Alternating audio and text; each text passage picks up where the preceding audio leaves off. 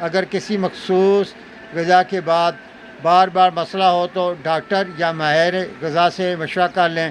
اس غذا کو کم یا تبدیل کیا جا سکتا ہے۔ تیزابیت اور سینے کی جلن، معدے کی تیزابی نالی میں واپس آنے سے سینے میں جلن اور کھٹی ڈکارہ پیدا ہو سکتی ہیں۔ اگر یہ مسئلہ بار بار ہو تو اسے گرڈ یعنی گیسٹرو اسوفیجیل ریفلیکس بیماری کہا جا سکتا ہے۔ کچھ لوگوں میں وزن زیادہ ہونے کی صورت میں وزن کم کرنا، سونے سے 2-3 گھنٹے پہلے کھانا ختم کرنا، ایسی غذاؤں سے پرہیز کرنا جن سے غذا علامات بڑھتی ہوں، فائدہ دے سکتی ہوں۔ تو اگر سینے کی بار بار جلن ہو تو صرف گھریلو نسخوں پر انحصار کرنے کے بجائے ڈاکٹر سے فوراً تشخیص کرانا ضروری ہے۔ آئی بی ایس کیا ہے؟ آنتوں کے ایک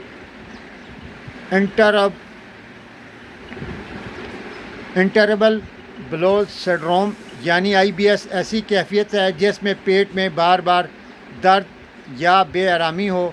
اجابت کی عادت میں تبدیلی ہو سکتی ہے۔ بعض افراد کو قبض ہوتی ہے، بعض کو دست اور بعض کو دونوں مسائل باری باری ہو سکتے ہیں۔ آئی بی ایس کا علاج ہر شخص کے لیے ایک جیسا نہیں ہوتا۔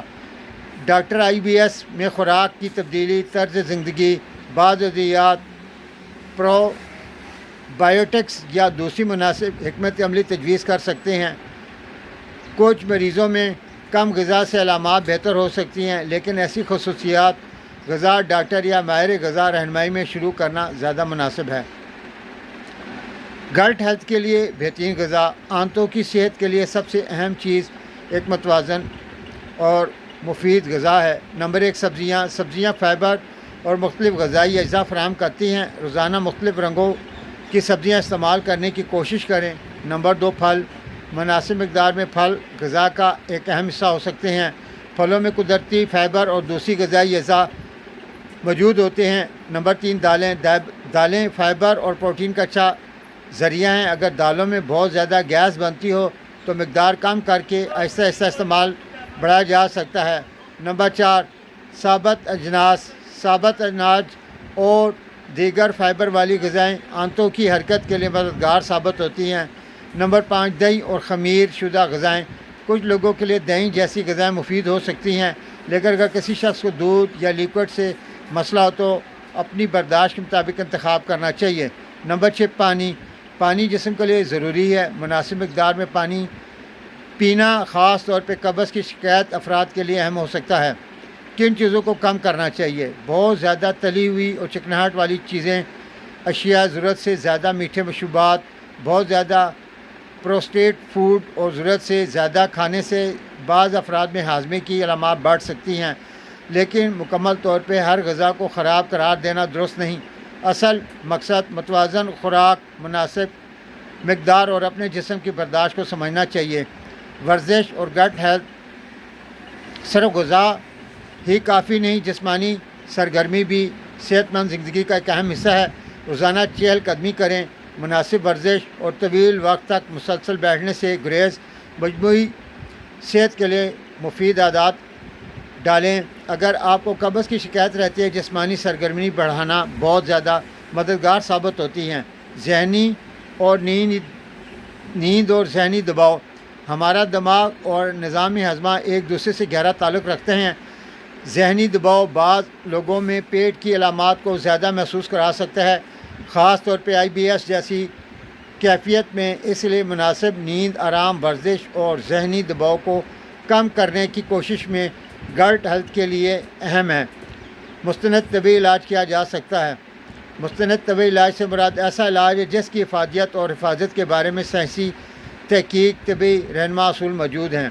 ہاضمے کے مسائل کے علاج اس کی اصل وجہ پر منحصر ہوتی ہے، مثلاً قبض، ڈاکٹر غذا، پانی میں تبدیلی، جسمانی سرگرمی اور ضرورت کے مطابق قبض کے لیے جو دوا تجویز کر سکتے ہیں، یا تیزابیت، طرز زندگی میں تبدیلی اور ضرورت کے مطابق ایسی ادویات استعمال کی جا سکتی ہیں جو ڈاکٹر یا فارماسسٹ مناسب سمجھیں۔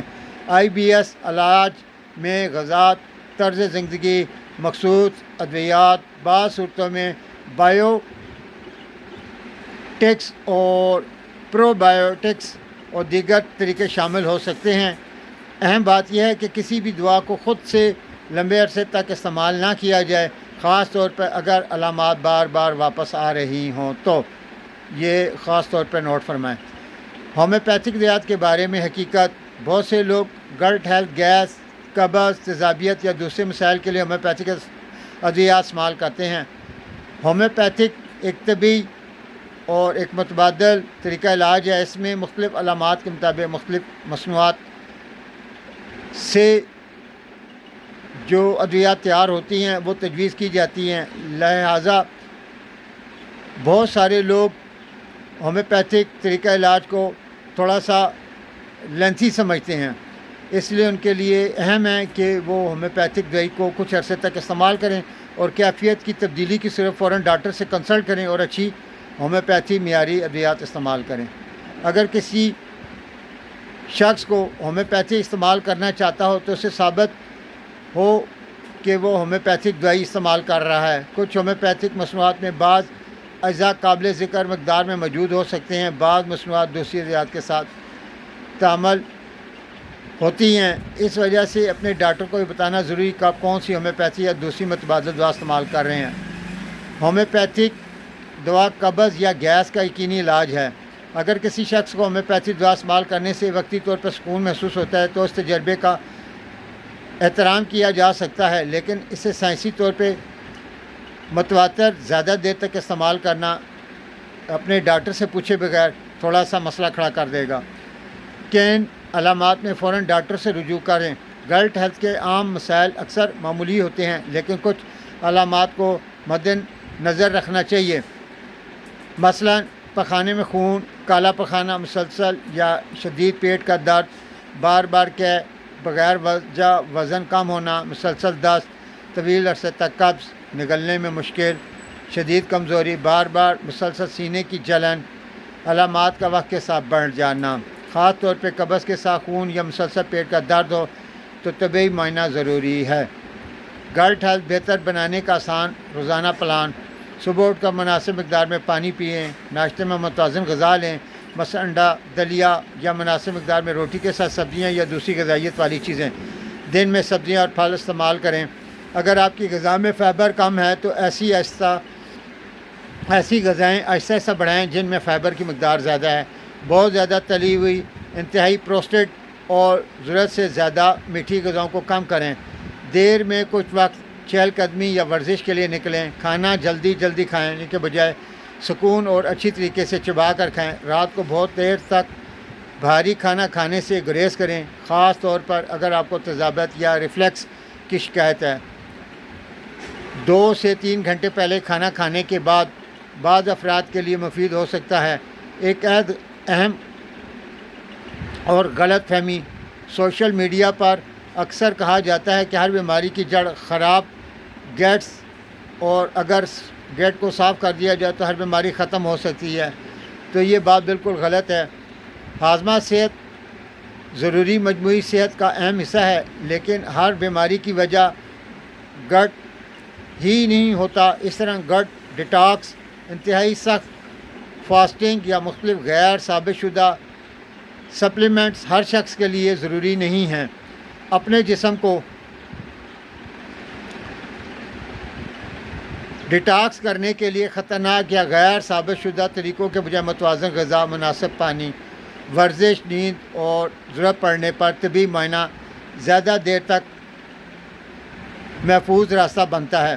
نتیجہ: گٹ ہیلتھ کا مطلب صرف قبض یا گیس سے نجات نہیں ہے، بلکہ پورے نظام ہضم کا صحت کا خیال رکھنا چاہیے۔ ایک صحت مند گٹ کے لیے سب سے بنیادی چیزیں ہیں: متوازن غذا، مناسب فائبر، مناسب پانی، جسمانی سرگرمی، اچھی نیند، ذہنی دباؤ کو کم کرنا اور غیر ضروری ادویات سے پرہیز کرنا۔